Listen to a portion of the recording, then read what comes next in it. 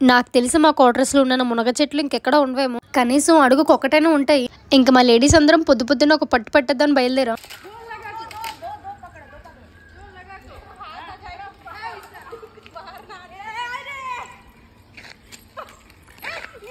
మన తెలుగు వాళ్ళందరం కొద్దిగా కండగట్టిన తర్వాత తెంపుకొని వండుకుంటాం కదా, కానీ బెంగాల్, అస్సాం కొన్ని స్టేట్స్ వాళ్ళు మాత్రం అప్పుడప్పుడే వచ్చిన లేత మునక్కాయలు తెంపుకొని కూర వండుకుంటారు. నిజంగా వాటి టేస్ట్ కూడా చాలా బాగుంటుంది. మునగకాయలో calcium, vitamin B, vitamin C, vitamin E, protein, ఫైబర్లు ఇవన్నీ చాలా మంచి విషయాలు ఉన్నాయి. మా అమ్మ ఎప్పుడు చెప్తూ ఉండేది, మునగాకులు ఎండబెట్టి బాగా పొడి చేసుకున్న తర్వాత ప్రతి కూరలో వాడుకుంటే చాలా మంచిదని ఆరోగ్యానికి. హిందీ వాళ్ళలో చాలా మంది మునగ పువ్వుతో కూడా పకోడీలు అలాగే కూరలు ఎన్నెన్నో రకాలు చేసుకుంటారు. కాబట్టి ఇన్ని ప్రయోజనాలు ఉన్నవి మనం అస్సలు మిస్ చేయకూడదు, ఖచ్చితంగా తినాలి. మనం మునగ కొమ్మలు మనం ఎంత నరికేసినా మళ్ళీ కొత్త కొమ్మలు వస్తూనే ఉంటాయి.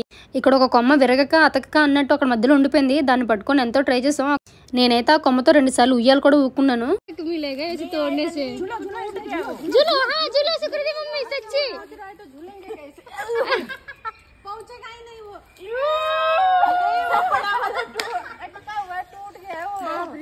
ఇందులో మనకు కావాల్సిన సైజు అంటే కొద్ది కండగట్టినైతే పక్కన పెట్టేసి ఏరేసి ఇంక మిగతావన్నీ కూడా వాళ్ళు పంచుకుంటారు. 4 వాటాలు వేసుకుంటారు.